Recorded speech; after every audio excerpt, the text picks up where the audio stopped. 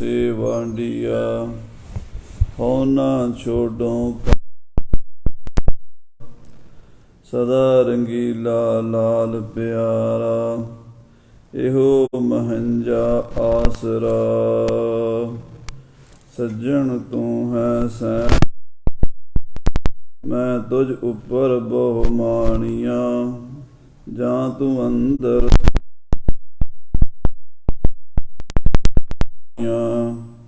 जे कृपा निधान ना दूजा वेखा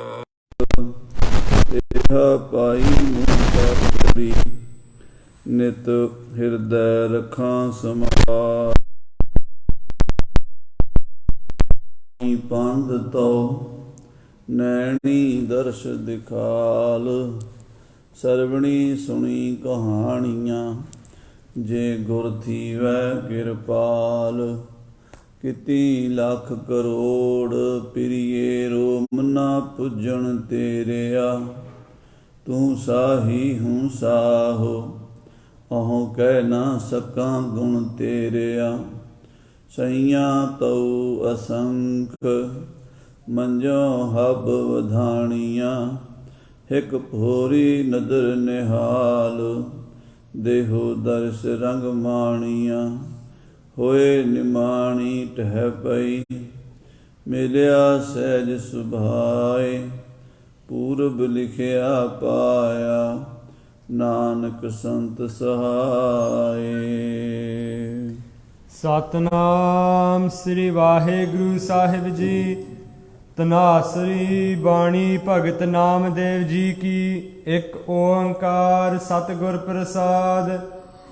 पहल पुरिये पुंडरक बना ताचे हंसा सगले जना कृष्णा ते जानू हर हर नाचंती नाचना पहल पुरसा बेरा अथोन पुरसादमरा असगा अस उसगा हर का बागरा नाचै पिंदी महसागरा रहाओ नाचंती गोपी जन्ना नैया ते बैरे कन्ना तर्क न चा भ्रमिया चा केसवा बचौनी अये मैये एक आन जियो पिंदी उबकले संसारा भ्रम भ्रम आए तुम चे द्वारा तू कौन रे मैं जी नामा हो जी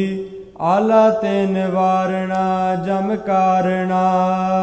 वाहिगुरु जी का खालसा वाहिगुरु जी की फतेह।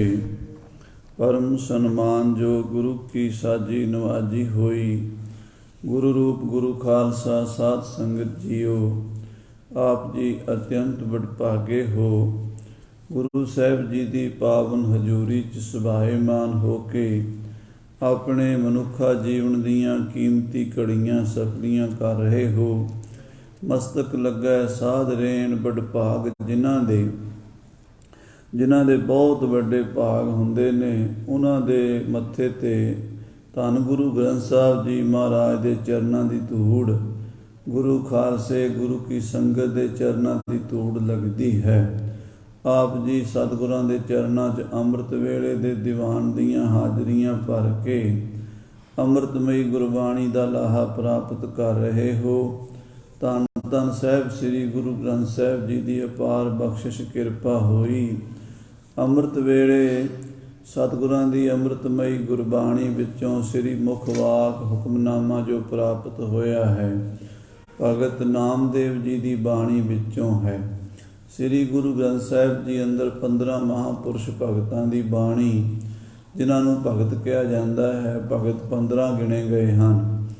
ਭਗਤ ਕਬੀਰ ਸਾਹਿਬ ਜੀ ਸਰਵ ਪ੍ਰਥਮ ਮੰਨੇ ਜਾਂਦੇ ਹਨ ਜਿਨ੍ਹਾਂ ਦੀ ਸਭ ਤੋਂ ਜ਼ਿਆਦਾ ਬਾਣੀ 500 ਤੋਂ ਵਧੇਕ ਸ਼ਬਦ ਹਨ। ਦੂਸਰੇ ਨੰਬਰ ਤੇ ਭਗਤ ਨਾਮਦੇਵ ਜੀ ਦੀ ਬਾਣੀ ਆਉਂਦੀ ਹੈ ਜਿਨ੍ਹਾਂ ਦੇ 64 ਸ਼ਬਦ ਹਨ।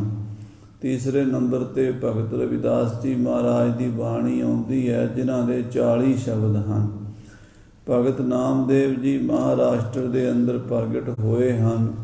ਨਰਸੀ ਬ੍ਰਾਹਮਣੀ ਉਸ ਵੇਲੇ ਉਸ ਪਿੰਡ ਦਾ ਨਾਮ ਸੀ। ਅੱਜ ਕੱਲ੍ਹ ਉਸ ਨੂੰ ਨਰਸੀ ਨਾਮਦੇਵ ਕਹਿੰਦੇ ਹਨ।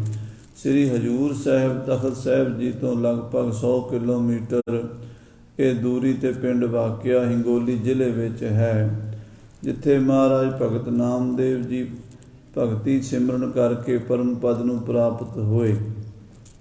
ਮਹਾਰਾਸ਼ਟਰ ਦੇ ਵਿੱਚ ਉਹਨਾਂ ਦੇ ਗੁਰਦੇਵ ਬਹੁਤ ਉੱਚੀ ਕਰਨੀ ਦੇ ਮਾਲਕ ਬ੍ਰਹਮ ਗਿਆਨੀ ਮਹਾਪੁਰਸ਼ ਹੋਏ ਹਨ, ਜਿਨ੍ਹਾਂ ਦਾ ਨਾਮ ਗਿਆਨਦੇਵ ਜੀ ਮਹਾਰਾਜ ਹੋਇਆ ਹੈ। ਗਿਆਨਦੇਵ ਜੀ ਸੰਸਾਰ ਦੇ ਵਿੱਚ ਕੇਵਲ 21 ਸਾਲ ਹੀ ਦਰਸ਼ਨ ਦਿੱਤੇ ਹਨ। 21 ਸਾਲ ਦੀ ਉਮਰ ਵਿੱਚ ਉਹ ਮਹਾਂਪੁਰਸ਼ ਇਸ ਸੰਸਾਰ ਤੋਂ ਪਰਦਾ ਕਰ ਗਏ ਸਨ। 3 ਭਾਈ ਸਨ, ਜਿਨ੍ਹਾਂ ਦੇ ਇੱਕ ਨਿਵ੍ਰਿਤੀਨਾਥ ਸਨ, ਇੱਕ ਵਾਮਦੇਵ, ਗਿਆਨਦੇਵ, ਇੱਕ ਮੁਕਤਾਬਾਈ ਉਹਨਾਂ ਦੀ ਭੈਣ ਸੀ। ਜਾਤੀ ਦੇ ਬ੍ਰਾਹਮਣ ਸਨ, ਬਹੁਤ ਉੱਚ ਕਰਨੀ ਦੇ ਮਾਲਕ, ਗਿਆਨੇਸ਼ਵਰ ਕਰਕੇ ਉਹਨਾਂ ਨੂੰ ਦੁਨੀਆ ਜਾਣਦੀ ਹੈ। ਉਹਨਾਂ ਨੇ ਇੱਕ ਗੀਤਾ ਉੱਤੇ ਬਹੁਤ ਸੁੰਦਰ ਟੀਕਾ ਲਿਖੀ ਹੈ, ਜਿਸ ਦਾ ਨਾਮ ਗਿਆਨੇਸ਼ਵਰੀ ਟੀਕਾ ਹੈ। ਔਰ ਮਹਾਰਾਸ਼ਟਰ ਦੇਸ਼ ਦੇ ਅੰਦਰ ਬਹੁਤ ਭਗਤੀ ਦਾ ਪ੍ਰਚਾਰ, ਗਿਆਨ ਦਾ ਪ੍ਰਚਾਰ ਉਹਨਾਂ ਨੇ ਕੀਤਾ ਹੈ। ਨਾਮਦੇਵ ਜੀ ਮਹਾਰਾਜ ਨੇ ਉਹਨਾਂ ਨੂੰ ਆਪਣਾ ਗੁਰੂ ਧਾਰਨ ਕੀਤਾ ਤੇ ਆਪਣੇ ਗੁਰਦੇਵ ਨਾਲ ਜੋ ਸਵਾਲ ਜਵਾਬ ਹੋਏ ਉਹ ਇਸ ਪਾਵਨ ਸ਼ਬਦ ਵਿੱਚ ਅੰਕਿਤ ਹਨ। ਇਹਦੇ ਵਿੱਚ ਨਾਮਦੇਵ ਜੀ ਦੇ ਸਵਾਲ ਹਨ ਤੇ ਉਹਨਾਂ ਦੇ ਗੁਰਦੇਵ ਜੀ ਮਹਾਰਾਜ ਗਿਆਨਦੇਵ ਜੀ ਦੇ ਜਵਾਬ ਹਨ। ਗਿਆਨਦੇਵ ਜੀ ਬਹੁਤ ਛੋਟੀ ਅਵਸਥਾ ਦੇ ਵਿੱਚ ਇੰਨੀ ਉੱਚੀ ਅਵਸਥਾ 'ਚ ਪਹੁੰਚੇ। ਉਮਰ ਕਰਕੇ ਤਾਂ 21 ਸਾਲ ਦੇ ਸਨ। 21 ਸਾਲ ਦੀ ਉਮਰ ਵਿੱਚ ਉਹਨਾਂ ਨੇ ਚੋਲਾ ਤਿਆਗ ਦਿੱਤਾ, ਭਾਵ ਸਰੀਰ ਛੱਡ ਗਏ। ਪਰ ਇੰਨੀ ਉੱਚੀ ਵਿੱਦਿਆ ਸੀ ਕਿ ਅੱਜ ਉਹਨਾਂ ਦੀ ਜੋ ਟੀਕਾ ਗਿਆਨੇਸ਼ਵਰੀ ਹੈ ਗੀਤਾ ਦੇ ਉੱਤੇ ਲਿਖੀ ਹੋਈ, ਉਹ ਦੁਨੀਆ ਦੀਆਂ ਸਾਰੀਆਂ ਭਾਸ਼ਾ ਵਿੱਚ ਪੜ੍ਹੀ ਸੁਣੀ ਜਾਂਦੀ ਹੈ। ਐਸਾ ਮਹਾਰਾਸ਼ਟਰ ਭਾਸ਼ਾ ਵਿੱਚ ਉਹਨਾਂ ਨੇ ਮਰਾਠੀ ਭਾਸ਼ਾ ਵਿੱਚ ਟੀਕਾ ਕੀਤਾ ਸੀ। ਬਾਅਦ ਵਿੱਚ ਹਿੰਦੀ, ਅੰਗਰੇਜ਼ੀ, ਹੋਰ ਭਾਸ਼ਾਵਾਂ ਵਿੱਚ ਵੀ ਉਹਦਾ ਅਨੁਵਾਦ ਹੋ ਚੁੱਕਾ ਹੈ। ਸੋ ਉਹ ਮਹਾਂਪੁਰਸ਼ ਜਿਹੜੇ ਅਗੰਮੀ ਗਿਆਨ ਦੇ ਭੰਡਾਰ ਸਨ, ਆਪਣੇ ਸ਼ਿਸ਼ ਗਿਆਨ ਨਾਮਦੇਵ ਜੀ ਨੂੰ ਜੋ ਜਵਾਬ ਦੇ ਰਹੇ ਹਨ, ਜੋ ਅਧਿਆਤਮਿਕ ਤੌਰ 'ਤੇ ਬੜੀ ਡੂੰਘੀ ਵਾਰਤਾ ਹੈ।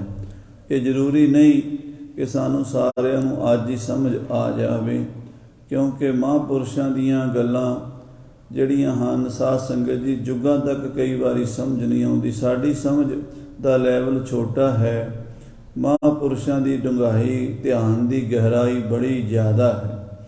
ਸੋ ਆਓ ਮਹਾਰਾਜ ਸ੍ਰੀ ਗੁਰੂ ਗ੍ਰੰਥ ਸਾਹਿਬ ਜੀ ਦੇ ਵਿੱਚ ਸਾਰੇ ਹੀ ਮਹਾਂਪੁਰਸ਼ਾਂ, ਬ੍ਰਹਮ ਗਿਆਨੀਆਂ, ਰੱਬ ਦੇ ਪਿਆਰਿਆਂ ਦੇ ਬੋਲ ਦਰਜ ਹਨ। ਇਹ ਕਿਸੇ ਮਜ਼ਹਬ, ਜਾਤੀ, ਕਿਸੇ ਇੱਕ ਵਰਗ ਦਾ ਗ੍ਰੰਥ ਨਹੀਂ ਹੈ। ਇਹ ਇਨਸਾਨੀਅਤ ਦਾ ਗ੍ਰੰਥ ਹੈ। ਇਹ ਉਸ ਅਕਾਲ ਪੁਰਖ ਦੀ ਦੈਵੀ ਸ਼ਕਤੀ ਦਾ ਪ੍ਰਕਾਸ਼ ਹੈ, ਜੋ ਦੁਨੀਆ ਦੇ ਵਿੱਚ ਸੰਸਾਰ ਵਿੱਚ ਹਨੇਰਾ ਹੋਇਆ ਪਿਆ ਸੀ। ਮਹਾਰਾਜ ਸੱਚੇ ਪਾਤਸ਼ਾਹ ਗੁਰੂ ਅਰਜਨ ਦੇਵ ਜੀ ਨੇ ਉਹ ਸਾਰਾ ਹਨੇਰਾ ਦੂਰ ਕਰਨ ਲਈ ਸ੍ਰੀ ਗੁਰੂ ਗ੍ਰੰਥ ਸਾਹਿਬ ਰੂਪੀ ਸ਼ਬਦ ਦਾ ਪ੍ਰਕਾਸ਼ ਕਰ ਦਿੱਤਾ। ਸ਼ਬਦ ਦੀਪਕ ਦੀਪਾਇਓ, ਸ਼ਬਦ ਦਾ ਦੀਵਾ ਬਾਲਿਆ ਹੈ, ਸ਼ਬਦ ਦਾ ਪ੍ਰਕਾਸ਼ ਕੀਤਾ ਹੈ। ਉਹਨਾਂ ਮਹਾਂਪੁਰਸ਼ਾਂ ਦੇ ਅਨੁਭਵੀ ਬੋਲ ਜੋ ਇਸ ਦੁਨੀਆ 'ਤੇ ਸਮੇਂ-ਸਮੇਂ ਪ੍ਰਕਾਸ਼ ਕਰਨ ਆਏ ਹਨ, ਇਸ ਸ੍ਰੀ ਗੁਰੂ ਗ੍ਰੰਥ ਸਾਹਿਬ ਦਰਜ ਕੀਤੇ ਹਨ। ਕਿਸੇ ਵਰਗ, ਜਾਤੀ, ਮਜ਼ਹਬ, ਦੇਸ਼, ਕੌਮ, ਨਸਲ ਦਾ ਵਿਤਕਰਾ ਨਹੀਂ ਕੀਤਾ। ਇਹ ਇਨਸਾਨੀਅਤ ਵਾਸਤੇ ਹੈ, ਮਨੁੱਖਤਾ ਵਾਸਤੇ ਹੈ। ਧੰਨ ਸ੍ਰੀ ਗੁਰੂ ਗ੍ਰੰਥ ਸਾਹਿਬ ਜੀ ਦੇ ਇਸ ਪਾਵਨ ਸ਼ਬਦ ਨੂੰ ਸਰਵਣ ਕਰੀਏ, ਮਨ ਬਿਰਤੀਆਂ ਸਤਿਗੁਰਾਂ ਦੇ ਚਰਨਾਂ 'ਚ ਜੋੜ ਕੇ ਆਖੀਏ ਸਤਿਨਾਮ ਸ੍ਰੀ ਵਾਹਿਗੁਰੂ ਸਾਹਿਬ ਜੀ, ਸਤਿਨਾਮ ਸ੍ਰੀ ਵਾਹਿਗੁਰੂ ਸਾਹਿਬ ਜੀ। ਸਤਿਨਾਮ ਸ੍ਰੀ ਵਾਹਿਗੁਰੂ ਸਾਹਿਬ ਜੀ। ਪਹਿਲ ਪੁਰੀਏ ਪੁੰਡਰਕ ਬਨਾ। ਨਾਮਦੇਵ ਜੀ ਨੇ ਸਵਾਲ ਕੀਤਾ, ਮਹਾਰਾਜ ਇਹ ਸੰਸਾਰ ਜੋ ਦਿਸਦਾ ਹੈ, ਜੋ ਇਹ ਪਸਾਰਾ ਪਸਰਿਆ ਹੋਇਆ ਹੈ, ਜੋ ਸਾਡੇ ਅਨੁਭਵ ਦੇ ਵਿੱਚ, ਸਾਡੀ ਫੀਲਿੰਗ ਵਿੱਚ ਆ ਰਿਹਾ ਹੈ, ਉਹ 5 ਗਿਆਨ ਇੰਦਰੀਆਂ ਦੁਆਰਾ ਹੁੰਦਾ ਹੈ। ਕੰਨਾਂ ਰਾਹੀਂ ਅਸੀਂ ਆਵਾਜ਼, ਸਾਊਂਡ ਸੁਣਦੇ ਹਾਂ, ਔਰ ਚਮੜੀ ਰਾਹੀਂ ਅਸੀਂ ਹਵਾ ਨੂੰ ਛੂੰਹਦੇ ਹਾਂ, ਔਰ ਅੱਖਾਂ ਰਾਹੀਂ ਅਸੀਂ ਰੂਪ ਨੂੰ ਦੇਖਦੇ ਹਾਂ, ਔਰ ਅਸੀਂ ਜੀਭ ਦੇ ਰਾਹੀਂ ਰਸ ਨੂੰ ਗ੍ਰਹਿਣ ਕਰਦੇ ਹਾਂ, ਅਤੇ ਨੱਕ ਦੇ ਰਾਹੀਂ ਵਾਸ਼ਨਾ ਨੂੰ, ਗੰਧ ਦੁਰਗੰਧ ਨੂੰ ਜਾਣਦੇ ਹਾਂ। ਇੰਨਾ ਕੁ ਸਾਨੂੰ ਅਨੁਭਵ ਹੈ। ਪਰ ਮਹਾਰਾਜ ਕਿਰਪਾ ਕਰਕੇ ਦੱਸੋ, ਇਹ ਜੋ ਸੰਸਾਰ ਪ੍ਰਗਟ ਕਿੱਥੋਂ ਹੁੰਦਾ ਹੈ? ਇਹਦਾ ਮੂਲ ਤੱਤ ਕੀ ਹੈ? ਕਿੱਥੋਂ ਇਹ ਬਾਹਰ ਨੂੰ ਸਪੁਰਤ ਹੁੰਦਾ ਹੈ? ਅੰਦਰੋਂ ਹੁੰਦਾ ਸਾਡੇ। ਤੋ ਮਹਾਰਾਜ ਸਾਹਿਬ ਜੀ ਭਗਤ ਨਾਮਦੇਵ ਜੀ ਦਾ ਸਵਾਲ ਸੁਣ ਕੇ ਉਹਨਾਂ ਦੇ ਗੁਰਦੇਵ ਗੁਰੂ ਗਿਆਨਦੇਵ ਜੀ ਕਹਿ ਰਹੇ ਹਨ, ਪਹਿਲ ਪੁਰੀਏ, ਸਭ ਤੋਂ ਪਹਿਲਾਂ ਪੁਰੀਏ ਮੈਨੇ ਪਹਿਲੇ ਤੋਂ ਵੀ ਪਹਿਲੇ ਪੁੰਡਰਕ ਕਹਿੰਦੇ ਨੇ ਕਮਲ ਦਾ ਫੁੱਲ। ਆ ਜਿਹੜੀ ਸਾਧ ਸੰਗਤ ਦੀ ਸਾਡੀ ਨਾਭੀ ਹੈ ਨਾ, ਇਹਨੂੰ ਵੀ ਇੱਥੋਂ ਸਾਊਂਡ ਪੈਦਾ ਹੁੰਦਾ, ਆਵਾਜ਼ ਪੈਦਾ ਹੁੰਦੀ, ਧੁਨੀ ਪੈਦਾ ਹੁੰਦੀ ਹੈ। ਇਹ ਕਮਲ ਦੇ ਫੁੱਲ ਦੀ ਤਰ੍ਹਾਂ ਬਣੀ ਹੋਈ ਹੈ। ਵਾਹਿਗੁਰੂ ਪਰਮੇਸ਼ਰ ਨੇ ਇਹ ਸਾਰਾ ਜੋ ਬ੍ਰਹਮੰਡ ਵਿੱਚ ਹੈ ਉਹ ਸਾਡੇ ਸਰੀਰ 'ਚ ਪਾਇਆ। ਜੋ ਬ੍ਰਹਮੰਡੇ ਸੋਈ ਪਿੰਡੇ, ਜੋ ਖੋਜੈ ਸੋ ਭਾਵੈ, ਪੀਪਾ ਪਰਣਵੈ ਪਰਮ ਤਤ ਹੈ, ਬਸ਼ਰਤ ਹੈ ਵੀ ਸਤਿਗੁਰ ਹੋਏ ਲਖਾਵੈ। ਗੁਰੂ ਮਿਲੇ ਤਾਂ ਹੀ ਗੱਲ ਬਣਦੀ ਹੈ। ਗੁਰੂ ਤੋਂ ਬਿਨਾਂ ਇਹਨਾਂ ਗੱਲਾਂ ਦਾ ਭੇਦ ਕੋਈ ਖੋਲ੍ਹਦਾ ਨਹੀਂ। ਸੋ ਪਹਿਲ ਪੁਰੀਏ, ਸੋ ਪਹਿਲੇ ਸਭ ਤੋਂ ਪੁੰਡਰਕ ਕਹਿੰਦੇ ਨੇ ਕਮਲ ਦੇ ਫੁੱਲ ਨੂੰ। ਪੁੰਡਰੀਕ, ਕਮਲ ਦਾ ਫੁੱਲ ਇੱਕ ਐਸਾ ਫੁੱਲ ਹੈ ਜਿਹਦੇ ਸੈਂਕੜੇ ਨਾਮ ਸੰਸਕ੍ਰਿਤ ਭਾਸ਼ਾ ਵਿੱਚ ਹੀ ਹਨ। ਇਹਨੂੰ ਕਮਲ ਵੀ ਕਹਿੰਦੇ ਨੇ, ਅਰਵਿੰਦ ਵੀ ਕਹਿੰਦੇ ਨੇ, ਇਹਨੂੰ ਪੁੰਡਰੀਕ ਵੀ ਕਹਿੰਦੇ ਨੇ, ਇਹਨੂੰ ਪੁੰਡਰਕ ਵੀ ਕਹਿੰਦੇ ਨੇ, ਇਹਨੂੰ ਨੀਰਜ ਵੀ ਕਹਿੰਦੇ ਨੇ, ਇਹਨੂੰ ਜਲਜ ਵੀ ਕਹਿੰਦੇ ਨੇ, ਇਹਨੂੰ ਅੰਗਰੇਜ਼ੀ ਵਾਲੇ ਲੋਟਸ ਕਹਿੰਦੇ ਨੇ। ਸੰਸਕ੍ਰਿਤ ਵਿੱਚ ਇਹਦੇ ਬਹੁਤ ਨਾਮ ਹਨ। ਸੋ ਕਹਿੰਦੇ ਸਭ ਤੋਂ ਪਹਿਲਾਂ ਇਹ ਨਾਭੀ ਕਮਲ ਪੈਦਾ ਹੋਇਆ ਹੈ। ਨਾਭੀ ਕਮਲ, ਨਾਭੀ ਕਿਹਨੂੰ ਕਹਿੰਦੇ ਆ? ਆਪ ਸਾਰਿਆਂ ਨੂੰ ਪਤਾ ਹੈ। ਧੁਨੀ ਨੂੰ ਨਾਭੀ ਕਹਿੰਦੇ ਆ। ਧੁਨੀ ਤਾਂ ਕਹਿੰਦੇ ਆ ਵੀ ਇੱਥੋਂ ਧੁਨੀ ਪੈਦਾ ਹੁੰਦੀ ਹੈ, ਸਾਊਂਡ ਪੈਦਾ ਹੁੰਦਾ। ਸੋ ਅਕਾਲ ਪੁਰਖ ਪਰਮੇਸ਼ਰ ਵਾਹਿਗੁਰੂ ਨਿਰੰਕਾਰ ਦੀ ਰਚਨਾ ਵਿੱਚ ਜਦੋਂ ਭਗਵਾਨ ਆਪਣੀ ਯੋਗ ਨਿੰਦਰਾ ਵਿੱਚ ਬਿਰਾਜੇ ਹੋਏ ਸਨ, ਇੱਕ ਭੋਗ ਨਿੰਦਰਾ ਹੁੰਦੀ ਹੈ, ਇੱਕ ਯੋਗ ਨਿੰਦਰਾ ਹੁੰਦੀ ਹੈ। ਯੋਗ ਨਿੰਦਰਾ ਜੁੜੀ ਹੋਈ ਅਵਸਥਾ ਨੂੰ ਕਹਿੰਦੇ ਆ। ਜਦੋਂ ਸੰਸਾਰ ਦੀ ਆਕਿਰਤੀ ਨਜ਼ਰ ਨਹੀਂ ਆਉਂਦੀ, ਪਰ ਪਰਮੇਸ਼ਰ ਤਾਂ ਉਦੋਂ ਵੀ ਹੁੰਦਾ। ਆਦਿ ਸੱਚ ਜੋ ਹੋਇਆ, ਐਸਾ ਤਾਂ ਕੋਈ ਟਾਈਮ ਨਹੀਂ ਕਹਿ ਸਕਦੇ ਜਦੋਂ ਪਰਮੇਸ਼ਰ ਦੀ ਹੋਂਦ ਨਾ ਹੋਵੇ। ਜੇ ਅਸੀਂ ਕਹਿੰਦੇ ਹਾਂ ਬਈ ਨਾਭੀ ਕਮਲ ਤੋਂ ਪੈਦਾ ਹੋਣ ਤੋਂ ਪਹਿਲਾਂ, ਤਾਂ ਪਹਿਲਾਂ ਕਹਿੰਦੇ ਪਰਮੇਸ਼ਰ ਯੋਗ ਨਿੰਦਰਾ ਵਿੱਚ ਸੀਗਾ। ਇਹ ਤਾਂ ਨਹੀਂ ਕਹਿ ਸਕਦੇ ਵੀ ਹੈ ਨਹੀਂ ਸੀ। ਜੇ ਹੈ ਨਹੀਂ ਸੀ ਤਾਂ ਫਿਰ ਬਾਅਦ 'ਚ ਪੈਦਾ ਹੋਇਆ ਤਾਂ ਫਿਰ ਉਹ ਮਰਨ ਵਾਲਾ ਹੋਵੇਗਾ। ਜਿਹੜਾ ਜੰਮਿਆ ਉਹ ਮਰੇਗਾ। ਉਹ ਜੰਮਦਾ ਨਹੀਂ, ਉਹ ਮਰਦਾ ਨਹੀਂ। ਆਦਿ ਸੱਚ ਜੁਗਾਦ ਸੱਚ ਹੈ, ਪੀ ਸੱਚ ਨਾਨਕ ਹੋਸੀ ਪੀ ਸੱਚ। ਉਹ ਸਦੀਵ ਸੱਚ ਹੈ। ਉਹ ਆਪਣੀ ਯੋਗ ਨਿੰਦਰਾ ਵਿੱਚ ਸੁੱਤਾ ਹੋਇਆ ਸੀ। ਭੋਗ ਨਿੰਦਰਾ ਸਾਡੀ ਹੈ। ਅਸੀਂ ਸੁੱਖ ਭੋਗਣ ਲਈ ਸੌਂ ਜਾਂਦੇ ਹਾਂ, ਜਦੋਂ ਥੱਕ ਜਾਂਦੇ ਹਾਂ ਸੌਂ ਜਾਂਦੇ ਹਾਂ। ਭੋਗੀਆਂ ਦੀ ਨਿੰਦਰਾ ਨੂੰ ਭੋਗ ਨਿੰਦਰਾ ਕਹਿੰਦੇ ਨੇ, ਜੋਗੀਆਂ ਦੀ ਨਿੰਦਰਾ ਨੂੰ ਯੋਗ ਨਿੰਦਰਾ ਕਹਿੰਦੇ ਨੇ। ਜੋਗੀ ਦੀ ਨਿੰਦਰਾ ਧਿਆਨ ਵਿੱਚ ਹੁੰਦੀ ਹੈ, ਭੋਗੀ ਦੀ ਨਿੰਦਰਾ ਭੋਗ ਵਿੱਚ ਹੁੰਦੀ ਹੈ। ਆਖੋ ਸ੍ਰੀ ਵਾਹਿਗੁਰੂ। ਯੋਗ ਨਿੰਦਰਾ ਵਿੱਚ ਮਹਾਰਾਜ ਆਪਣੇ ਸਰੂਪ 'ਚ ਵਿਦਮਾਨ ਸਨ। ਸਤਿਗੁਰੂ ਕਲਗੀਧਰ ਪਾਤਸ਼ਾਹ ਜੀ ਉਹ ਗੱਲ ਆਪਣੀ ਬਾਣੀ 'ਚ ਖੋਲ੍ਹ ਦਿੰਦੇ ਨੇ। ਦਸਮ ਗੁਰੂ ਗ੍ਰੰਥ ਸਾਹਿਬ ਵਿੱਚ ਕਹਿੰਦੇ, ਹਰ ਸੋਏ ਰਹਿ ਸਜ ਸੈਨ, ਤਹਾਂ ਜਲ ਜਾਲ ਕਰਾਲ ਵਿਸਾਲ, ਜਹਾਂ ਪਇਓ ਨਾਭ ਸਰੋਜ ਤੇ ਬਿਸ ਕਰਤਾ, ਸੁਤ ਮੈਲ ਤੇ ਦੈਂਤ ਰਚੇ ਜੁਗਤਾ। ਚੰਡੀ ਚਰਿੱਤਰ ਵਿੱਚ ਕਹਿੰਦੇ ਪਰਮੇਸ਼ਰ ਆਪਣੀ ਯੋਗ ਨਿੰਦਰਾ 'ਚ ਸੁੱਤਾ ਪਿਆ ਸੀਗਾ। ਉਹਦੀ ਨਾਭੀ ਵਿੱਚੋਂ ਕਮਲ ਦਾ ਫੁੱਲ ਪੈਦਾ ਹੋਇਆ। ਇਹ ਗੱਲ ਗੁਰੂ ਨਾਨਕ ਦੇਵ ਜੀ ਮਹਾਰਾਜ ਆਪਣੀ ਬਾਣੀ 'ਚ ਇਉਂ ਲਿਖਦੇ ਨੇ, ਨਾਭ ਕਮਲ ਤੇ ਬ੍ਰਹਮਾ ਉਪਜੇ। ਨਾਭ ਕਮਲ ਤੋਂ ਬ੍ਰਹਮਾ ਬੋਲਣ ਵਾਲਾ ਪੈਦਾ ਹੋਇਆ ਹੈ। ਤਾਂ ਉਹ ਵੀ ਪਰਮੇਸ਼ਰ ਦਾ ਹੀ ਰੂਪ ਹੈ, ਕਿਉਂਕਿ ਜੋ ਪਰਮੇਸ਼ਰ 'ਚੋਂ ਪੈਦਾ ਹੁੰਦਾ ਉਹ ਪਰਮੇਸ਼ਰ ਦਾ ਹੀ ਰੂਪ ਹੁੰਦਾ। ਪੁੱਤਰ ਪਿਤਾ ਦਾ ਬਦਲਿਆ ਹੋਇਆ ਨਵਾਂ ਰੂਪ ਮੰਨਿਆ ਜਾਂਦਾ। ਇਸ ਕਰਕੇ ਬ੍ਰਿਜ ਭਾਸ਼ਾ ਦੇ ਗ੍ਰੰਥਾਂ ਵਿੱਚ, ਸ੍ਰੀ ਦਸਮ ਗ੍ਰੰਥ ਸਾਹਿਬ ਵਿੱਚ ਅਤੇ ਗੁਰਪ੍ਰਤਾਪ ਸੂਰਜ ਗ੍ਰੰਥ ਵਿੱਚ, ਸ੍ਰੀ ਗੁਰੂ ਗ੍ਰੰਥ ਸਾਹਿਬ ਵਿੱਚ ਇੱਕ ਸ਼ਬਦ ਤਾਤ ਆਉਂਦਾ ਹੈ। ਤਾਤ ਸ਼ਬਦ ਪਿਓ ਵਾਸਤੇ ਵੀ ਆਉਂਦਾ, ਪੁੱਤਰ ਵਾਸਤੇ ਵੀ ਆਉਂਦਾ। ਇੱਕੋ ਹੀ ਸ਼ਬਦ ਪਿਓ ਵਾਸਤੇ ਅਤੇ ਪੁੱਤਰ ਵਾਸਤੇ ਕਿਉਂ ਆਉਂਦਾ? ਪਿਓ ਨੂੰ ਵੀ ਤਾਤ ਕਹਿੰਦੇ ਨੇ, ਪੁੱਤਰ ਨੂੰ ਵੀ ਤਾਤ ਕਹਿੰਦੇ ਨੇ। ਕਿਉਂ ਕਹਿੰਦੇ ਨੇ? ਕਿਉਂਕਿ ਪਿਓ ਦਾ ਤੱਤ ਪੁੱਤਰ ਹੁੰਦਾ। ਤੱਤ ਜਿਵੇਂ ਦੁੱਧ ਦਾ ਤੱਤ ਮੱਖਣ ਹੁੰਦਾ ਹੈ, ਤਿਲਾਂ ਦਾ ਤੱਤ ਤੇਲ ਹੁੰਦਾ ਹੈ, ਇਸੇ ਤਰ੍ਹਾਂ ਪਿਓ ਦਾ ਨਵਾਂ ਤੱਤ ਬਣਿਆ ਹੋਇਆ ਨਵਾਂ ਰੂਪ ਪੁੱਤਰ ਹੁੰਦਾ ਹੈ। ਪਿਓ ਤੇ ਪੁੱਤਰ 'ਚ ਭੇਦ ਨਹੀਂ ਹੁੰਦਾ। ਇੱਦਾਂ ਪਰਮੇਸ਼ਰ ਦੇ ਬਣਾਏ ਹੋਏ ਦੇਵੀ ਦੇਵਤਿਆਂ ਵਿੱਚ ਤੇ ਪਰਮੇਸ਼ਰ 'ਚ ਭੇਦ ਨਹੀਂ ਹੁੰਦਾ। ਭੇਦ ਉਪਾਧੀ ਕਰਕੇ ਹੁੰਦਾ। ਆਖੋ ਸਤਿਨਾਮ ਸ੍ਰੀ ਵਾਹਿਗੁਰੂ। ਜਿਵੇਂ ਪਿਓ ਨੂੰ ਵੱਡਾ ਹੋਣ ਕਰਕੇ ਪਿਤਾ ਕਹਿੰਦੇ ਆ, ਛੋਟੇ ਨੂੰ ਪੁੱਤਰ ਕਹਿ ਦਿੰਦੇ ਆ, ਉਹ ਉਪਾਧੀ ਕਰਕੇ ਹੈ। ਪਰ ਜਦੋਂ ਤੱਤ ਨੂੰ ਵੇਖੋਗੇ ਤੱਤ ਇੱਕੋ ਹੀ ਹੈ। ਇਹ ਗੱਲ ਨੂੰ ਕੋਈ ਵਿਰਲਾ ਹੀ ਜਾਣਦਾ ਹੈ। ਸੋ ਮਹਾਰਾਜ ਕਹਿੰਦੇ ਪਰਮੇਸ਼ਰ ਦੀ ਨਾਭੀ ਵਿੱਚੋਂ ਕਮਲ ਦਾ ਫੁੱਲ ਪੈਦਾ ਹੋਇਆ। ਨਾਭ ਕਮਲ ਤੇ ਬ੍ਰਹਮਾ ਉਪਜੇ। ਜਦੋਂ ਬ੍ਰਹਮਾ ਪੈਦਾ ਹੋਇਆ ਤਾਂ ਉਸ ਨੇ ਇਸ ਦੁਨੀਆ ਦੇ ਵਿੱਚ ਗਿਆਨ ਦਾ ਪ੍ਰਕਾਸ਼ ਕੀਤਾ, ਨੌਲੇਜ ਦਿੱਤੀ, ਅਕਲ ਦਿੱਤੀ, ਸੋਝੀ ਦਿੱਤੀ, ਬੋਲ ਕੇ ਲੋਕਾਂ ਨੂੰ ਸਮਝਾਇਆ, ਆਹ ਕੰਮ ਇੱਦਾਂ, ਆਹ ਕੰਮ ਇੱਦਾਂ, ਇਹ ਕਰੋ, ਆਹ ਨਾ ਕਰੋ। ਉਹਨੂੰ ਕਹਿੰਦੇ ਆ ਬ੍ਰਹਮਾ। ਵੇਦ ਪੜ੍ਹੇ ਮੁਖ ਕੰਠ ਸਵਾਰ। ਉਹਨੇ ਵੇਦਾਂ ਦਾ ਉਚਾਰਨ ਕੀਤਾ। ਵੇਦ ਨਾਮ ਗਿਆਨ ਦਾ ਹੈ।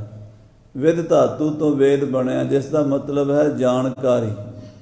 ਵਿਦ ਦਾ ਅਰਥ ਹੈ ਜਾਣਨਾ, ਨੌਲੇਜ, ਗਿਆਨ, ਸੋਝੀ।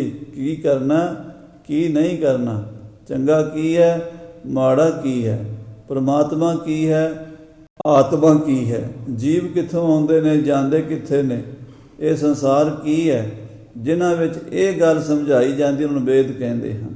ਉਹ ਪਰਮੇਸ਼ਰ ਵਿੱਚੋਂ ਹੀ ਵੇਦ ਪੈਦਾ ਹੁੰਦੇ ਨੇ। ਗੁਰਬਾਣੀ ਤੁਰਕੀ ਕਿੱਥੋਂ ਆਈ ਹੈ? ਉਸੇ ਬ੍ਰਹਮ ਵਿੱਚੋਂ ਹੀ ਤੁਰਕੀ ਬਾਣੀ ਆਈ, ਤਿਨ ਸਗਲੀ ਚਿੰਤ ਮਿਟਾਈ। ਵਿੱਚ ਹੈ, ਥੋੜ੍ਹੀ ਜਗ੍ਹਾ ਵਿੱਚ ਹੈ, ਸੀਮਤ ਹੈ, ਉਹ ਵਿਸ਼ਾਲ ਹੈ। ਉਹ ਸਰਬ ਗੁਣ, ਇਹ ਨਿਰਗੁਣਿਆਰਾ ਹੈ, ਉਹ ਸਰਬ ਗੁਣ ਸੰਪੰਨ ਹੈ। ਪਰ ਜੋਤ ਇੱਕੋ ਹੀ ਵਰਤ ਰਹੀ ਹੈ। ਆਖੋ ਸ੍ਰੀ ਵਾਹਿਗੁਰੂ। ਮਹਾਰਾਜ ਸਾਹਿਬ ਜੀ ਕਹਿੰਦੇ ਇੰਗੈ ਨਿਰਗੁਣ ਉਂਗੈ ਸਰਗੁਣ, ਕੇਲ ਕਰਤ ਵਿੱਚ ਸੁਆਮੀ ਮੋਰਾ। ਵਿੱਚ ਸੁਆਮੀ ਮੇਰਾ ਪਰਮੇਸ਼ਰ ਵਰਤ ਰਿਹਾ ਹੈ।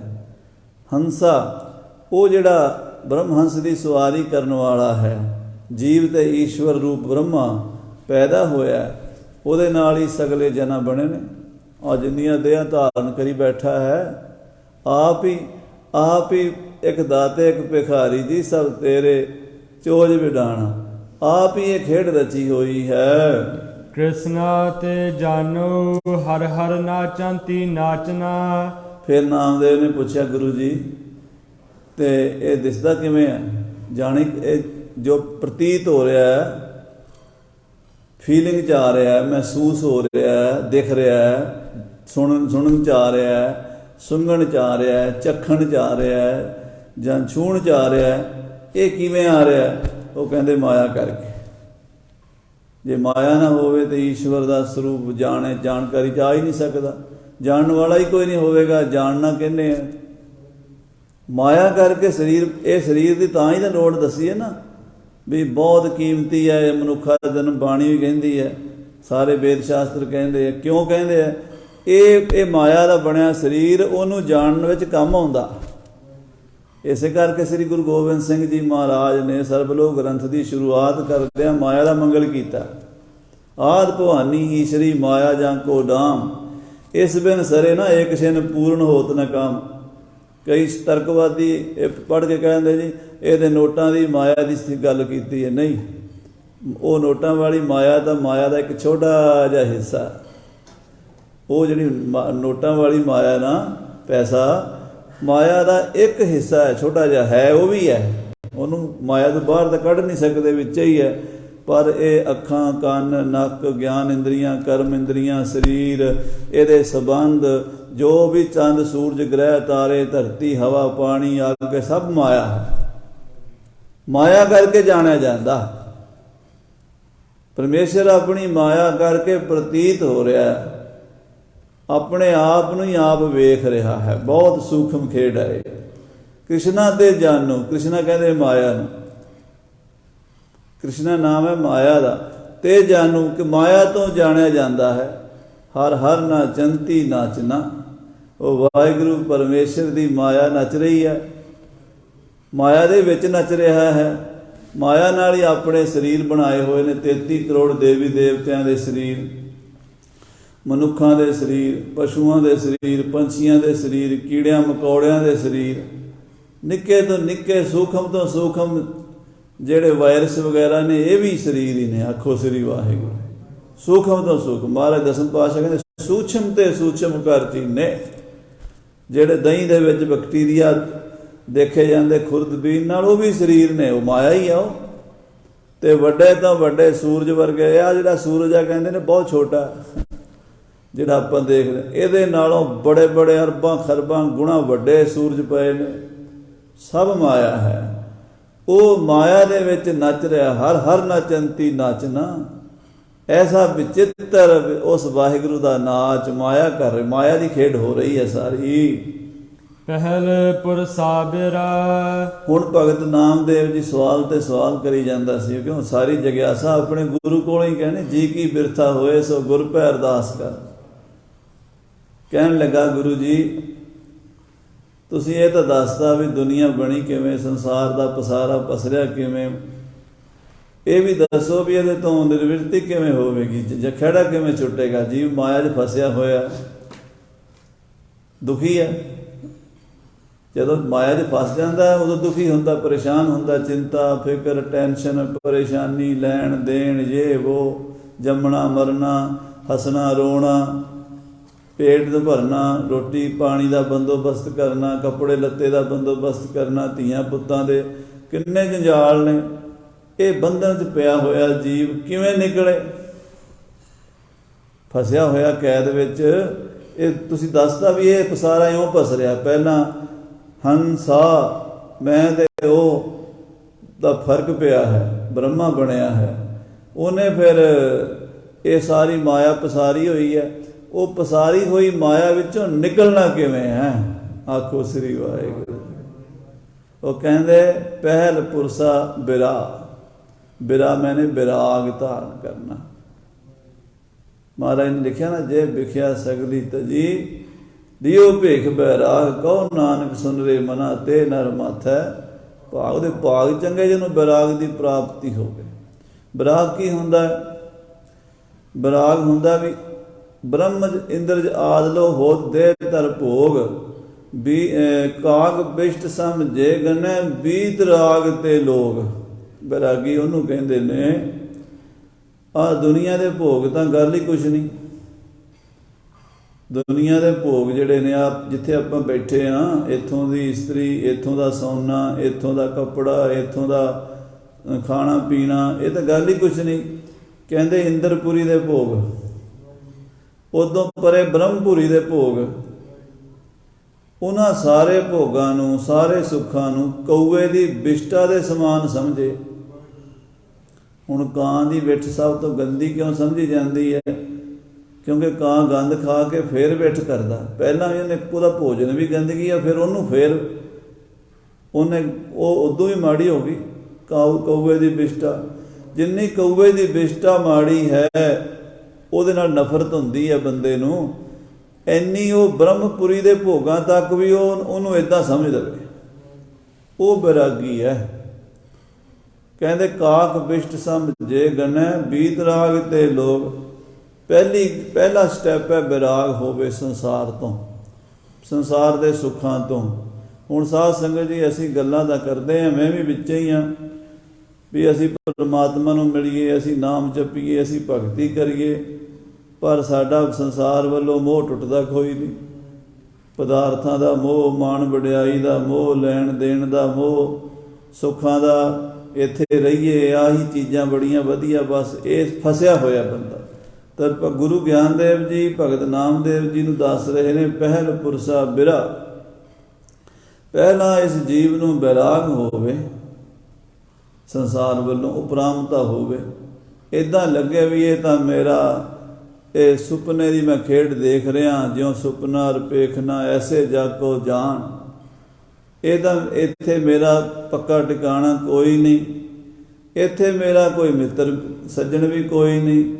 ਜਿਹੜੇ ਆਪਾਂ ਨੂੰ ਆਪਣੇ ਲੱਗਦੇ ਆ, ਧੀਆਂ ਪੁੱਤਰ ਭੈਣ ਭਰਾ ਮਾਂ ਪਿਓ ਚਾਚੇ ਤਾਏ, ਉਹ ਇੱਦਾਂ ਲੱਗਣ ਵੀ ਇਹ ਸਭ ਬਗਾਨੇ ਹੀ ਨੇ।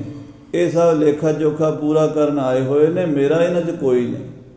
ਕਬੀਰ ਹਮਰਾ ਕੋ ਨਹੀਂ, ਹਮ ਕਿਸ ਹੂੰ ਕੇ ਨਾਹੀਂ। ਇਹ ਜਗ ਮੀਤ ਨਾ ਦੇਖਿਓ ਕੋਈ। ਇਹ ਗੱਲ ਦ੍ਰਿੜ ਹੋ ਜਾਵੇ ਇੱਥੋਂ ਤੱਕ ਵੀ ਆਪਣੇ ਸਰੀਰ, ਹੱਥ ਪੈਰ, ਮੂੰਹ, ਨੱਕ, ਅੱਖ, ਕੰਨ ਇਹ ਵੀ ਮੇਰੇ ਕੋਈ ਨਹੀਂ।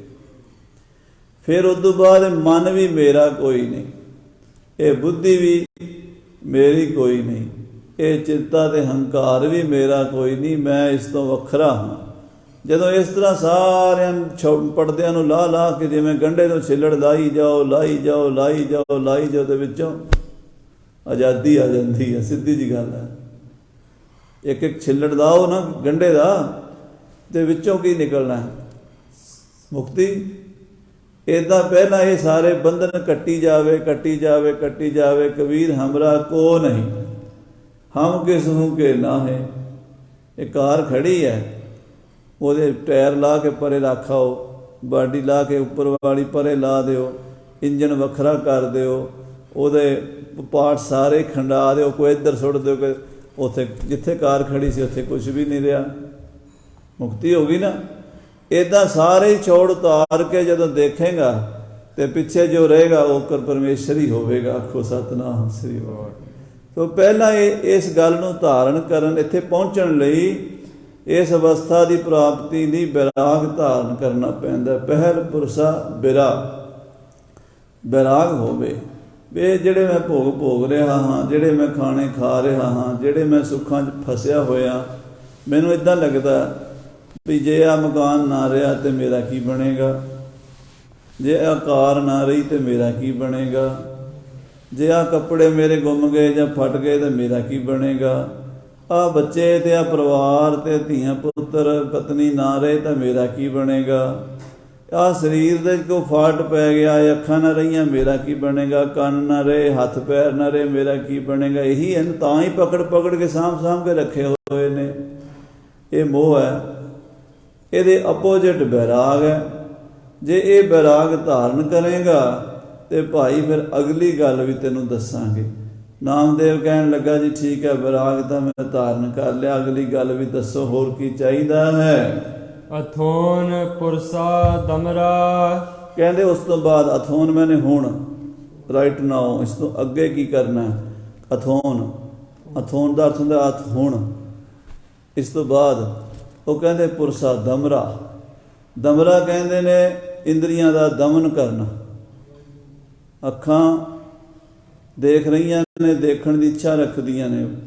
ਅਸੀਂ ਬੈਠੇ ਹੁੰਦੇ ਹਾਂ ਕਥਾ ਵਿੱਚ, ਕੋਈ ਉੱਥੋਂ ਆਉਂਦਾ ਦੇਖਣ ਲੱਗ ਜੀਦਾ ਕੌਣ ਆਇਆ, ਕਥਾ ਵੱਲੋਂ ਧਿਆਨ ਹਟ ਜਾਂਦਾ। ਕਥਾ ਸੁਣ ਰਹੇ ਹਾਂ, ਬਾਹਰੋਂ ਕੋਈ ਆਵਾਜ਼ ਆਵੇ, ਕੌਣ ਲੜ ਪਿਆ, ਚਲੋ ਦੇ ਸੁਣੀਏ, ਕੌਣ ਹੱਸ ਰਿਹਾ, ਕੌਣ ਰੋ ਰਿਹਾ, ਉਹ ਕੰਨ ਵੀ ਸੁਣਨਾ ਚਾਹੁੰਦੇ ਨੇ, ਚਮੜੀ ਛੂਹਣਾ ਚਾਹੁੰਦੀ ਹੈ, ਨੱਕ ਸੁੰਘਣਾ ਚਾਹੁੰਦੀ ਹੈ, ਜੀਭ ਚੱਖਣਾ ਚਾਹੁੰਦੀ, ਵੇਖਣਾ ਚਾਹੁੰਦੀ ਹੈ ਸਵਾਦ ਕਿਹੋ ਜਿਹਾ ਹੈ। ਸੋ ਇਹਨਾਂ ਚੀਜ਼ਾਂ ਨੂੰ ਦਮਨ ਕਰਨਾ, ਇੰਦਰੀਆਂ ਦਾ ਦਮਨ। ਅਥੋਨ ਪੁਰਸ਼ਾ ਦਮਰਾ ਕਹਿੰਦੇ ਹੁਣ ਫਿਰ ਆਪਣੀਆਂ ਇੰਦਰੀਆਂ 'ਤੇ ਵੀ ਕੰਟਰੋਲ ਕਰੇ। ਬੈਰਾਗ ਧਾਰਨ ਕਰ ਲਿਆ। ਉਸ ਤੋਂ ਬਾਅਦ ਸਮਦਮ, ਜਿਹੜੇ ਸ਼ੁਭ ਗੁਣ ਹਨ, ਮਨ ਨੂੰ ਰੋਕਣਾ ਤੇ ਇੰਦਰੀਆਂ ਨੂੰ ਰੋਕਣਾ, ਇਹ ਬਹੁਤ ਜ਼ਰੂਰੀ ਹੈ। ਅਸਗਾ ਅਸ ਉਸਗਾ ਕਹਿੰਦੇ ਫਿਰ ਅਸਗਾ, ਐਸਾ ਨੇੜੇ ਜਿਹੜਾ ਬੈਠਾ ਹੋਵੇ ਉਸ ਨੂੰ ਕਹਿੰਦੇ ਐਸਾ, ਦੂਰ ਬੈਠਾ ਹੋਵੇ ਉਹ ਐਸਾ। ਆਪਾਂ ਬੋਲਦੇ ਨਾ, ਅੰਗਰੇਜ਼ੀ ਵਾਲੇ ਵੀ ਦਿਸ ਤੇ ਦੈਟ ਦਾ ਫਰਕ ਕਰ ਲੈਂਦੇ ਨੇ। ਇਹ ਤੇ ਉਹਦਾ ਆਪਾਂ ਵੀ ਕਰ ਲੈਂਦੇ ਹਾਂ। ਕੋਲ ਚੀਜ਼ ਹੈ ਇਹ ਥੋੜੀ, ਉਹ ਅਸਗਾ ਉਸਗਾ ਕਹਿੰਦੇ। ਅਸਗਾ ਜੀਵ, ਮੈਂ ਬੰਦਾ, ਉਸਗਾ ਉਹ ਈਸ਼ਵਰ। ਅਸਗਾ ਅਸ ਉਸਗਾ, ਆਹ ਜਿਹੜਾ ਜੀਵ ਹੈ ਇਹ ਅਲਪੱਗ ਹੈ, ਥੋੜ੍ਹੇ ਗਿਆਨ ਵਾਲਾ, ਥੋੜ੍ਹੀ ਤਾਕਤ ਵਾਲਾ, ਸੀਮਤ ਦਾਇਰੇ ਵਿੱਚ ਹੈ। ਉਹ ਜਿਹੜਾ ਹੈ ਉਹ ਅਸੀਮ ਦਾਇਰੇ ਵਿੱਚ ਹੈ। ਪਰ ਇਹਦੇ ਵਿੱਚ ਤੇ ਉਹਦੇ 'ਚ ਫਰਕ ਉਪਾਧੀ ਦਾ ਹੀ ਹੈ। ਆਖੋ ਸ੍ਰੀ ਵਾਹਿਗੁਰੂ।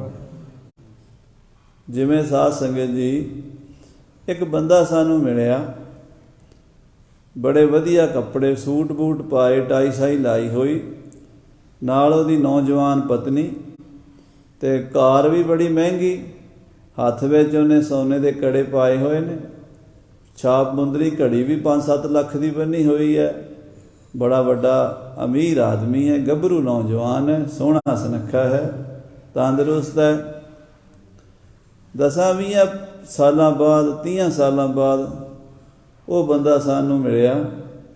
ਉਹਦੇ ਤਨ 'ਤੇ ਕੱਪੜਾ ਕੋਈ ਨਹੀਂ, ਉਹਦੇ ਬਹੁਤ ਮਾੜੇ ਹਾਲ ਨੇ, ਪੈਰਾਂ 'ਚ ਚੱਪਲ ਪਾਈ ਹੋਈ ਟੁੱਟੀ ਭੱਜੀ, ਕੱਪੜੇ ਪਾਟੇ ਹੋਏ ਨੇ। ਅੱਗੇ ਜਵਾਨ ਸੀ, ਹੁਣ ਬੁੱਢਾ ਹੋ ਗਿਆ, ਅੱਖਾਂ 'ਚ ਦਿਸਦਾ ਘਟ ਗਿਆ। ਤੇ ਉਹਦੀ ਕਾਰ ਦੀ ਥਾਂ 'ਤੇ ਉਹਦੇ ਕੋਲ ਹੁਣ ਟੁੱਟਾ ਸਾਈਕਲ ਵੀ ਕੋਈ ਨਹੀਂ। ਜਿੱਥੇ ਉਹ ਆਪਣੀ ਸੁੰਦਰ ਪਤਨੀ ਦੇ ਨਾਲ ਸੀ, ਹੁਣ ਵਿਚਾਰਾ ਇਕੱਲਾ ਫਿਰਦਾ, ਮਾਰਿਆ ਫਿਰਦਾ। ਨਾਲ ਦਾ ਬੰਦਾ, ਆਪਾਂ 2 ਜਣੇ ਆ, ਆਪਾਂ ਉਹਨੂੰ ਪਛਾਣ ਲਿਆ। ਆਪਾਂ ਕਹਿੰਦੇ ਆ ਫਲਾਣਾ ਸਿਆਂ, ਇਹ ਪਛਾਣਿਆ? ਉਹ ਕਹਿੰਦਾ ਇਹ ਉਹੀ ਬੰਦਾ ਨਹੀਂ ਜਿਹੜਾ ਆਪਾਂ ਨੂੰ ਉੱਥੇ ਸ੍ਰੀ ਅੰਮ੍ਰਿਤਸਰ ਮਿਲਿਆ ਸੀ, ਬੜੇ ਵਧੀਆ ਕੱਪੜੇ ਪਾਏ ਸੀ, ਵਧੀਆ ਗੱਡੀ ਕਾਰ ਸੀ, ਨੌਜਵਾਨ ਸੀ। ਕਹਿੰਦਾ ਬੰਦਾ ਤੇ ਉਹੀ ਹੈ। ਉਹ ਕਹਿੰਦਾ ਲੱਗਦਾ ਨਹੀਂ ਉਹ ਤਾਂ ਕਹਿੰਦੇ ਜਵਾਨ ਸੀ, ਉਹ ਤਾਂ ਬੜਾ ਅਮੀਰ ਸੀ, ਉਹਦਾ ਬੜਾ ਹੈਲਥੀ ਸੀ, ਇਹ ਤਾਂ ਵਿਚਾਰਾ ਰੁਲਿਆ ਖੁਲਿਆ। ਉਹ ਕਹਿੰਦਾ ਉਸ ਵੇਲੇ ਦੀ ਹਾਲਾਤ, ਉਹਦੀ ਗੱਡੀ ਨੂੰ, ਉਹਦੀ ਜਵਾਨੀ ਨੂੰ, ਉਹਦੇ ਪੈਸੇ ਨੂੰ ਇੱਕ ਪਾਸੇ ਰੱਖ ਦਿਓ, ਇਸ ਵੇਲੇ ਦੀ ਗਰੀਬੀ ਨੂੰ, ਭੁੱਖਮੰਗਰੀ ਨੂੰ, ਤੰਗੀ ਨੂੰ ਇੱਕ ਪਾਸੇ ਰੱਖ ਦਿਓ, ਬੰਦਾ ਤੇ ਉਹੀ ਹੈ ਨਾ, ਬੰਦਾ ਤੇ ਉਹੀ ਹੈ। ਕਹਿੰਦੇ ਈਸ਼ਵਰ ਦੀ ਮਾਇਆ ਨੂੰ, ਈਸ਼ਵਰ ਦੀ ਸ਼ਕਤੀ ਨੂੰ, ਈਸ਼ਵਰ ਦੀ ਪਾਵਰ ਨੂੰ ਤੇ ਜੀਵ ਦੀ ਅਵਿਦਿਆ ਨੂੰ, ਜੀਵ ਦੀ ਅਲਪਗਤਾ ਨੂੰ, ਜੀਵ ਦੀ ਅਗਿਆਨਤਾ ਨੂੰ ਇੱਕ ਪਾਸੇ ਰੱਖ ਦਿਓ। ਜੋਤ ਤਾਂ ਉਹੀ ਹੈ। ਉਹ ਇੱਕ ਬਹੁਤ ਵੱਡੀ ਲਹਿਰ ਸੀ, ਇਹ ਇੱਕ ਬੂੰਦ ਹੈ। ਉਹ ਇੱਕ ਜਵਾਰ ਭਾਟਾ ਸੀ, ਇੱਕ ਸੁਨਾਮੀ ਸੀ, ਇਹ ਇੱਕ ਛੋਟੀ ਜਿਹੀ ਬੂੰਦ ਹੈ। ਪਰ ਪਾਣੀ ਤਾਂ ਹੈ, ਉਹ ਵੀ ਪਾਣੀ ਹੈ, ਇਹ ਵੀ ਪਾਣੀ ਹੈ। ਤੋ ਅਸਗਾ ਅਸ ਉਸਗਾ, ਇਸ ਜੀਵ ਦੀ ਅਲਪਗਤਾ, ਉਸ ਈਸ਼ਵਰ ਦੀ ਸਰਬਗਤਾ। ਹਰ ਕਾ ਬਾਗਰਾ ਨਾਚੈ ਪਿੰਦੀ ਮਹਿ ਸਾਗਰਾ। ਕਹਿੰਦੇ ਹਰ ਕਾ ਬਾਗਰਾ, ਹਰੀ ਦਾ ਇਹ ਬਾਗ ਬਗੀਚਾ ਹੈ, ਇਹ ਸੰਸਾਰ। ਨਾਚੈ ਪਿੰਦੀ ਮਹਿ ਸਾਗਰਾ, ਪਿੰਦੀ ਕਹਿੰਦੇ ਨੇ ਖੂਹ ਦੀਆਂ ਟਿੰਡਾਂ ਨੂੰ। ਖੂਹ ਦੀਆਂ ਟਿੰਡਾਂ ਦੇ ਵਿੱਚ ਸਮੁੰਦਰ ਨੱਚ ਰਿਹਾ ਹੈ। ਉਹ ਪਾਣੀ ਜਿਹੜਾ ਟਿੰਡਾਂ ਲੈ ਕੇ ਆਉਂਦੀਆਂ ਨੇ, ਉਹ ਆਊ 'ਚ ਪਾ ਕੇ ਚਲੀਆਂ ਜਾਂਦੀਆਂ, ਫਿਰ ਭਰ ਕੇ ਆਉਂਦੀਆਂ ਨੇ। ਮਹਾਰਾਜ ਕਹਿੰਦੇ ਜੈਸੇ ਹਰਟ ਕੀ ਮਾਲਾ ਟਿੰਡ ਲਗਤ ਹੈ, ਇੱਕ ਸਖਣੀ ਇੱਕ ਹੋਰ ਭਰੀਅਤ ਹੈ। ਇੱਕ ਪਾਸੇ ਪਾਣੀ ਭਰ ਕੇ ਆਉਂਦਾ, ਖਾਲੀ ਹੋ ਕੇ ਚਲਾ ਜਾਂਦਾ। ਉਹ ਜਿਹੜੀ ਖੇਡ ਚੱਲ ਰਹੀ ਹੈ ਟਿੰਡਾਂ ਦੇ, ਇਹ ਸਰੀਰ ਨੇ ਸਾਡੇ, ਤੇ ਵਿੱਚ ਜਿਹੜਾ ਪਾਣੀ ਹੈ ਉਹ ਆਤਮਾ ਰੂਪ, ਜਲ ਰੂਪ ਪਰਮੇਸ਼ਰ ਹੈ। ਕਹਿੰਦੇ ਉਹ ਖੇਡਾਂ ਆਪ ਹੀ ਕਰ ਰਿਹਾ। ਨਾਚੈ ਪਿੰਦੀ ਮੈਂ ਸਾਗਰਾ, ਟਿੰਡਾਂ ਦੇ ਵਿੱਚ ਸਮੁੰਦਰ ਨੱਚ ਰਿਹਾ ਹੈ। ਵਾਹਿਗੁਰੂ ਪਰਮੇਸ਼ਰ ਆਪ ਹੀ ਸਾਰੀਆਂ ਖੇਡਾਂ ਖੇਡ ਰਿਹਾ ਹੈ। ਆਪੇ ਜੀਵ ਬਣਿਆ ਹੋਇਆ, ਆਪੇ ਈਸ਼ਵਰ ਬਣਿਆ ਹੋਇਆ, ਆਪ ਹੀ ਗੁਰੂ ਬਣਿਆ ਹੋਇਆ, ਆਪ ਹੀ ਚੇਲਾ ਬਣਿਆ। ਵਾਹ ਵਾਹ ਗੋਬਿੰਦ ਸਿੰਘ, ਆਪੇ ਗੁਰ ਚੇਲਾ, ਆਪੇ ਗੁਰ ਚੇਲਾ ਹੈ, ਆਪੇ ਹਰ ਪ੍ਰਭ ਚੋਜ ਵਿਡਾਨੀ। ਹਾਂਜੀ, ਰਹਾਉ। ਵਿਸਰਾਮ ਦੇ ਕੇ ਮਹਾਰਾਜ ਸਾਹਿਬ ਜੀ ਕਥਨ ਕਰਦੇ ਨੇ, ਨਾ ਚਾਂਤੀ ਗੋਪੀ ਜਨਾ। ਕਹਿੰਦੇ ਗੋਪੀ ਤੇ ਜਨ ਨੱਚ ਰਹੇ। ਗੋਪੀਆਂ ਕ੍ਰਿਸ਼ਨ ਜੀ ਮਹਾਰਾਜ ਦੇ ਅੱਗੇ ਨੱਚਦੀਆਂ ਦੱਸੀਆਂ ਗਈਆਂ ਨਾ।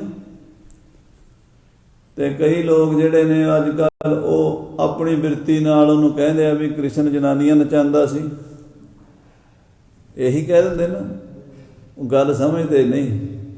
ਕ੍ਰਿਸ਼ਨ ਆਤਮਾ ਨੂੰ ਕਿਹਾ ਹੈ ਤੇ ਗੋਪੀਆਂ ਇਹਨਾਂ ਇੰਦਰੀਆਂ ਨੂੰ ਕਿਹਾ ਹੈ। ਆ ਜਿਹੜੀਆਂ ਅੱਖਾਂ ਨੇ, ਨੱਕ ਨੇ, ਕੰਨ ਨੇ, 5 ਗਿਆਨ ਇੰਦਰੀਆਂ ਨੇ, 5 ਕਰਮ ਦੇ, ਗੋਪੀਆਂ ਨੇ। ਤੇ ਕ੍ਰਿਸ਼ਨ ਅੰਦਰ ਆਤਮਾ ਬੈਠਾ ਹੋਇਆ। ਇਹ ਕ੍ਰਿਸ਼ਨਨ ਤਾਂ ਸਰਬ ਦੇਵਾ, ਦੇਵ ਦੇਵਾ ਤਾਂ ਆਤਮਾ। ਉਹ ਆਤਮਦੇਵ ਜਿਹੜਾ ਹੈ ਉਹਦੇ ਸਾਹਮਣੇ ਗੋਪੀਆਂ ਨੱਚ ਰਹੀਆਂ ਨੇ, ਉਹਦੇ ਕਰਕੇ ਨੱਚੇ। ਜੇ ਕ੍ਰਿਸ਼ਨ ਹੋਵੇਗਾ ਤਾਂ ਨੱਚਣਗੀਆਂ, ਜੇ ਕ੍ਰਿਸ਼ਨ ਨਹੀਂ ਤਾਂ ਉਹਨੇ ਨੱਚ ਕੇ ਕਿਹਨੂੰ ਦਿਖਾਣਾ। ਜੇ ਕ੍ਰਿਸ਼ਨ ਨਾ ਹੋਵੇ ਤੇ ਗੋਪੀਆਂ ਨੱਚਣਗੀਆਂ ਕਿਹਦੇ ਸਾਹਮਣੇ?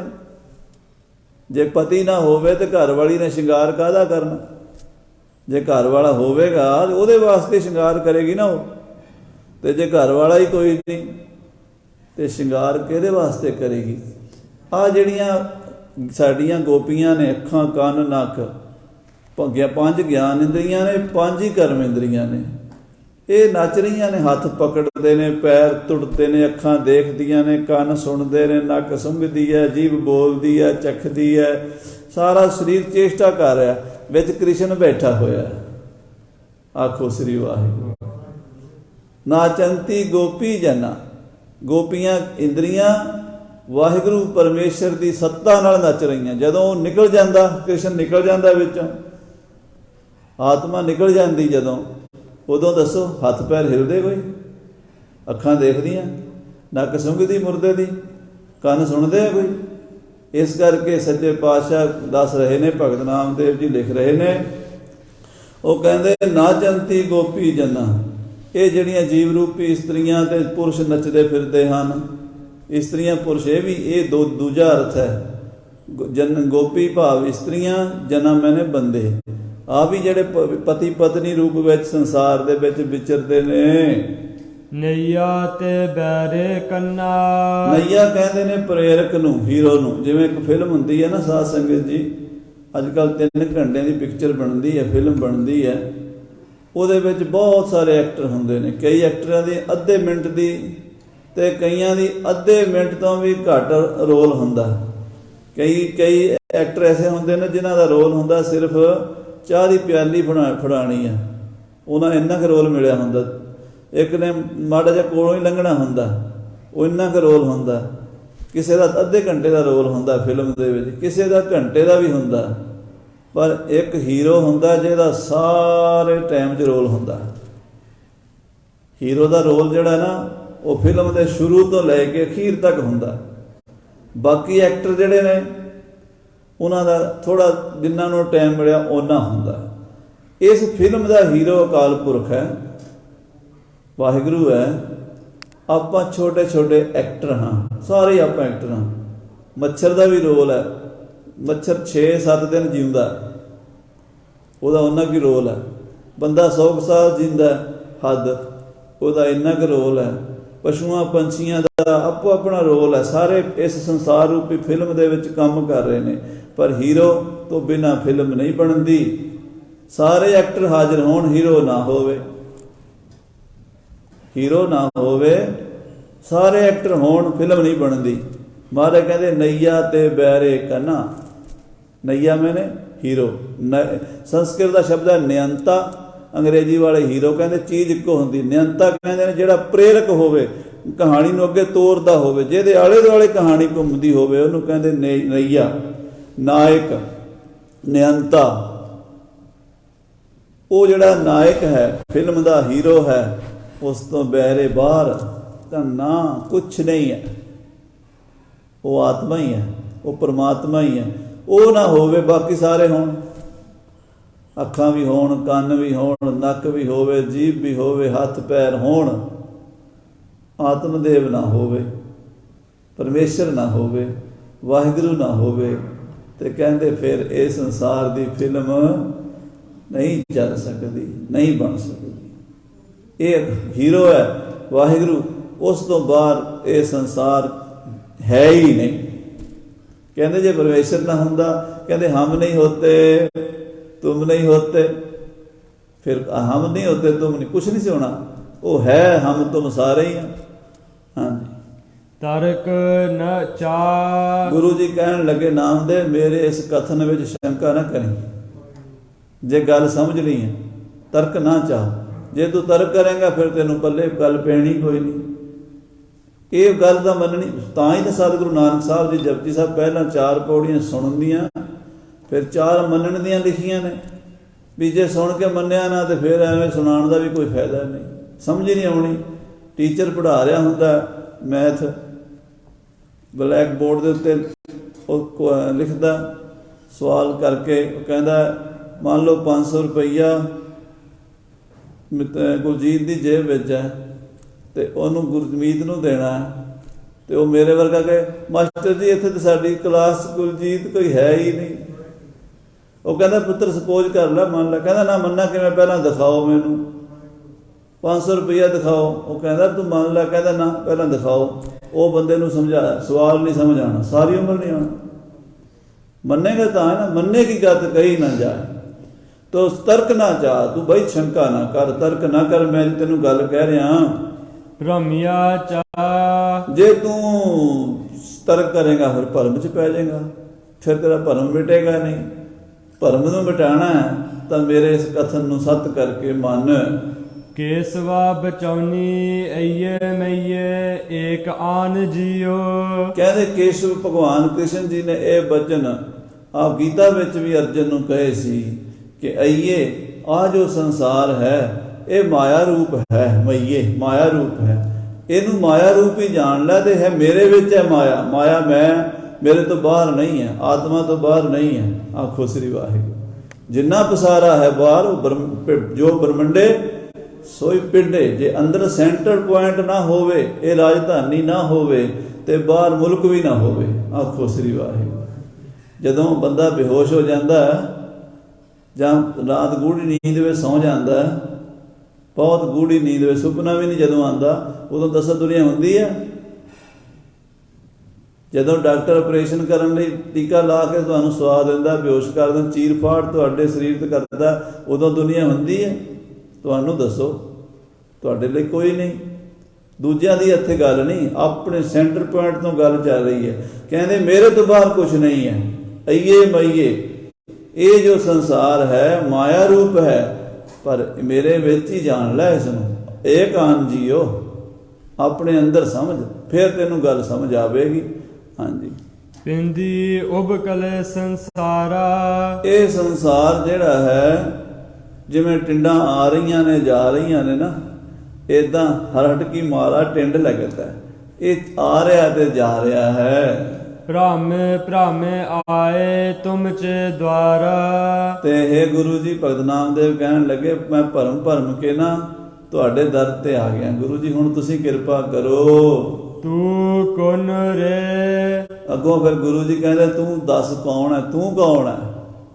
ਇਹ ਸਵਾਲ ਭਾਈ ਸਾਹਿਬ ਰਣਧੀਰ ਸਿੰਘ ਨੇ ਭਗਤ ਸਿੰਘ ਨੂੰ ਪੁੱਛਿਆ ਸੀ ਸੈਂਟਰ ਜੇਲ੍ਹ ਲਾਹੌਰ ਦੇ ਵਿੱਚ। ਜਦੋਂ ਕਹਿੰਦਾ ਮੈਂ ਰੱਬ ਨੂੰ ਮੰਨਦਾ ਨਹੀਂ, ਉਹ ਕਹਿੰਦੇ ਫਿਰ ਤੂੰ ਦੱਸ ਕੌਣ ਹੈ। ਉਦੋਂ ਇੱਕਦਮ ਅੱਖਾਂ ਬੰਦ ਹੋ ਗਈਆਂ। ਕਹਿਣ ਲੱਗਾ 15 ਮਿੰਟ ਸੋਚ ਕੇ ਕਹਿੰਦਾ ਜੀ ਮੈਂ ਮੰਨ ਗਿਆ ਹਾਂ ਹੈ, ਕਿਉਂਕਿ ਅੰਦਰ ਬੈਠਾ ਹੋਇਆ ਨਾ, ਅੰਦਰ ਵੇਖਣਾ। ਮਹਾਰਾਜ ਸਾਰੀ ਬਾਣੀ ਜੀ ਕਹਿੰਦੇ ਨੇ ਮਨ ਹਰ ਜੀ ਤੇਰੇ ਨਾਲ ਹੈ। ਅੰਦਰ ਖੋਜ, ਆਪਾਂ ਬਾਹਰ ਖੋਜਦੇ ਹਾਂ। ਕਾਹੇ ਰੇ ਬਨ ਖੋਜਨ ਜਾਈ, ਸਰਬ ਨਿਵਾਸੀ ਸਦਾ ਲੇਪਾ ਤੋਹੀ ਸੰਗ ਸਮਾਈ। ਤਾਂ ਜਦੋਂ ਗੁਰੂ ਸਾਹਿਬ ਦੇ ਕੋਲ ਆਏ ਤਾਂ ਉਹਨਾਂ ਨੇ ਆਖਿਆ ਕਿ ਭਾਈ ਤੂੰ ਕੌਣ ਹੈ, ਪਹਿਲਾਂ ਇਹ ਦੱਸ। ਮੈਂ ਜੀ ਨਾਮਾ ਹੋ ਜੀ। ਮਹਾਰਾਜ ਕਹਿੰਦੇ ਮੈਂ ਜੀ, ਮੈਂ ਨਾਮਾ ਹੋ ਜੀ, ਮੈਂ ਜੀਵ ਹਾਂ ਜੀ, ਮੈਂ ਨਾਮਦੇਵ ਹਾਂ। ਆਲਾ ਤੇ ਨਿਵਾਰਣਾ ਜਮ ਕਾਰਣਾ। ਮੈਂ ਤੁਹਾਡੇ ਕੋਲ ਇਸ ਕਰਕੇ ਆਇਆ ਹਾਂ ਵੀ ਜਿਹੜੀ ਇਹ ਮਾਇਆ ਰੂਪ ਸੰਸਾਰ ਜਿਹਦੇ 'ਚ ਜਮਦੂਤ ਡੰਡੇ ਮਾਰਦੇ ਨੇ, ਜਮਦੂਤ ਇਸ ਨੂੰ ਦੁੱਖ ਦਿੰਦੇ ਨੇ, ਇਹਨੂੰ ਕੁੱਟਦੇ ਨੇ, ਇਹਨਾਂ ਦਾ ਨਿਵਾਰਨ ਹੋ ਜਾਵੇ। ਜਮਾ ਤੋਂ ਮੈਂ ਬਚ ਜਾਵਾਂ, ਜਮਾ ਤੋਂ ਮੈਂ ਛੁੱਟ ਜਾਵਾਂ। ਇਤਨੇ ਬਚਨ ਸਾਧ ਸੰਗਤ ਜੀ ਪ੍ਰਵਾਨ ਕਰਨੇ। ਭੁੱਲਾਂ ਚੁੱਕਾਂ ਦੀ ਖਿਮਾ, ਫਤਿਹ ਬੁਲਾਓ। ਵਾਹਿਗੁਰੂ ਜੀ ਕਾ ਖਾਲਸਾ, ਵਾਹਿਗੁਰੂ।